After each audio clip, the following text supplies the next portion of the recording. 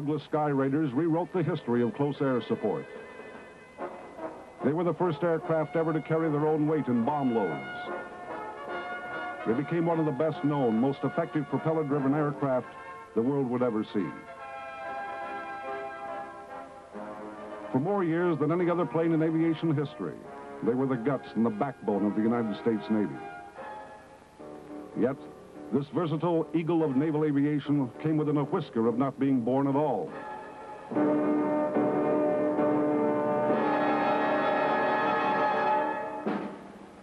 The story of the Sky Raider began in our nation's capital in 1944. The Second Great War was coming to an end, closing the book on the most extensive campaign of all time by carrier-borne aircraft. Up to that time, the Douglas Dauntless, designated the SBD, had been and in fact still was the Navy's foremost attack aircraft. But the war in the Pacific had changed so much that the need for a new attack bomber was becoming evident. 3 top Douglas engineers attended a meeting in Washington where they learned 2 things. First, all further modifications on the SBD were canceled. Second, they discovered 2 other companies had been asked to submit proposals for a new attack aircraft. The Douglas engineers went to their hotel and worked through the night on preliminary sketches of the new Sky Raider.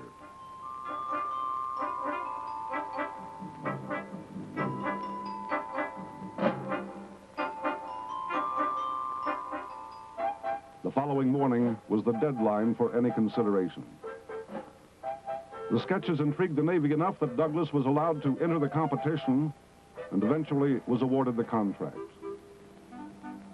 In 9 short months, the Sky Raider evolved from lines on a blueprint to a plane. Early in March 1945, the prototype was test flown. From the first moment, the Navy knew they had a winner. What they had no way of knowing at that time was that they had a champion.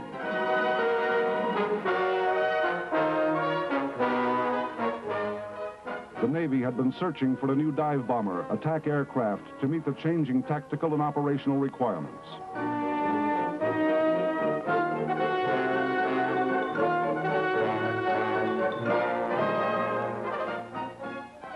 The Sky Raider gave them all that and much more. Within the span of the next 12 years, Douglas Aircraft Company was to manufacture 3,180 Sky Raiders in 7 versions and 28 subversions.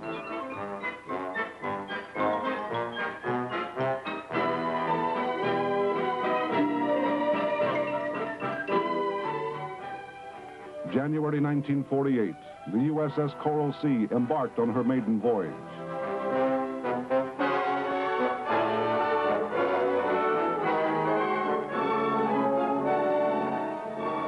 The first launch and recovery ever attempted from the flight deck of the newly christened carrier was accomplished by a Sky Raider. It was only fitting and proper for the Sky Raider to join the Coral Sea as she sailed for the first time. For, as fate would ordain some 20 years later, the same carrier and the very same squadron would witness the last combat cruise of the Never Say Die Sky Raiders. But before that day was to arrive, the Sky Raider proved to be the muscle in the Navy's air arm.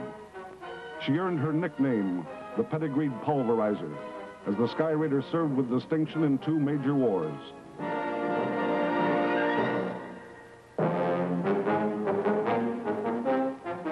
Striking with deadly payloads from the carrier USS Valley Forge, Sky Raiders blasted targets in Korea on July 3rd, 1950.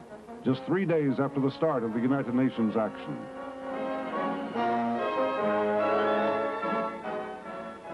From then on, hardly a day passed that Sky Raiders didn't strike.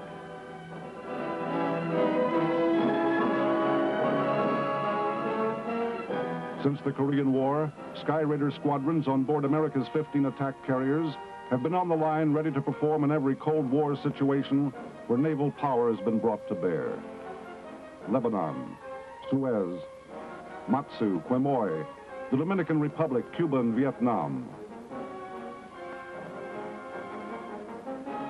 During this period, the old Sky Raider managed to stay on the varsity, while 5 different types of jet attack aircraft have made the team, been benched, and eventually have had their numbers retired from the carrier aircraft inventory. The Sky Raider's longevity on the first team of strike aircraft is tacit acknowledgement of her outstanding performance over the years.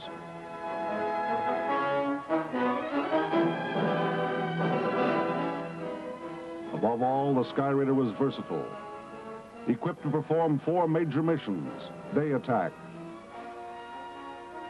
all-weather attack, airborne early warning, and countermeasures. Some versions of the Sky Raiders could, however, through flight deck adaptation kits, convert into a VIP or high-density passenger aircraft, or an ambulance, or cargo plane, or an anti-submarine search craft, a target tow, and even a tanker. In her primary role of attack aircraft, the spectrum of usable weapons ranges from torpedoes to rockets, to cannons, to bullets to bombs, including nuclear weapons. A single Sky Raider is a half-dozen airstrikes all by itself. The Sky Raider demonstrated that it was the first plane capable of carrying greater than its own structural weight in armament. The truest method of measuring any plane is to talk to the men who fly her. I'm Lieutenant J.G. Chuck Tome from Aurora, Illinois. I'm Lieutenant J.G. Robert Hagan from Long Beach, California. Do you know what a SPAD is? This is a SPAD, A-1 Sky Raider. We call it the SPAD probably only because it's got the prop on the front and it's an old airplane. But that's a pilot's pet name for it. And it's rather an antique in the days of the fast jets. So consequently, we wanted to dub the aircraft a certain very distinctive name, and so we named it the SPAD.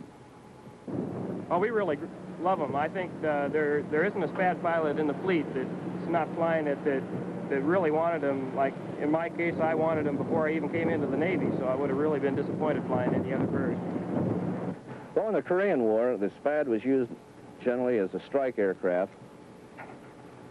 In other words, if a group of soldiers, Marines are on the ground and they're in trouble, there's a couple of ways that they can help themselves, either through artillery or air. And this is where the SPAD came in quite a bit in the Korean War, in the mission of getting in there real close to the troops and dropping their bombs, shooting their guns and firing their rockets.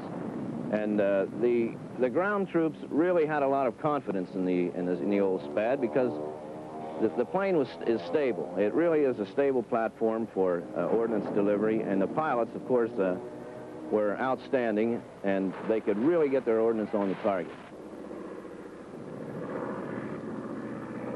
However, the primary mission is the Rescue Combat Air Patrol, or RESCAP, which we do escort helicopters into North Vietnam to suppress ground fire while the helicopter is in transit. Well, that's a pretty big morale factor for the pilots that go down over there, too, because when they go down, they like to see the SPADs up above protecting them from being captured, at least long enough until the helo can get there. And a SPAD has got a lot of firepower, can stay there a long time, and protect them for a long time accurately until the helo can come and pick them up.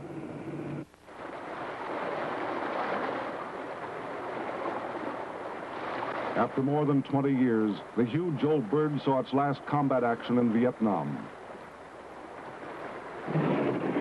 Just south of Hanoi, as a RESCAP, after rendezvous, we will proceed as a division, rendezvous point, to the vicinity of the Hourglass River. Check in with the North Star destroyer, pick up our helicopters, at which time we'll split 2 sections. I'd like one section just south of the Red River mouth to pick up anybody coming out in trouble. From the time we cross the coast, we want to get the helo just as high as possible. There's no missile activity. reported this far. There came that inevitable moment when it was the last battle and the last war for the Sky Raider. When that final battle was over, the proud old Navy fighting bird folded her wings and called it a day.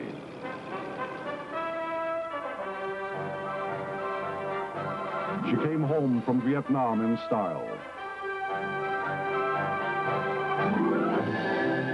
Like most great planes, the Sky Raider was created out of need and necessity. But even her most ardent supporters in the 40s never dreamed the SPAD would be around to celebrate her 20th operational birthday. Combat aircraft just don't stay around that long, very often. Yet, more than 2 decades have gone by since she sailed on the maiden voyage of the USS Coral Sea. Now the old Sky Raider was coming home from her final cruise with the same squadron and aboard the same carrier.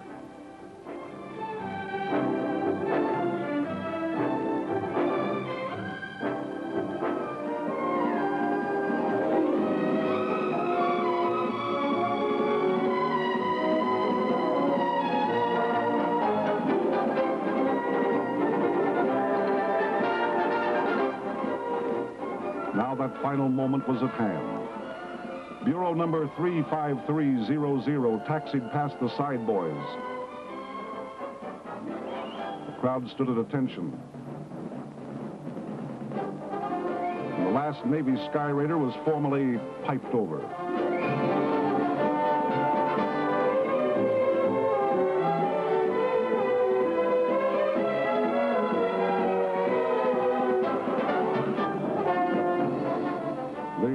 Memory of the Sky Raider will long be recalled and relived in the hearts and minds of the fighting men of the United States Navy.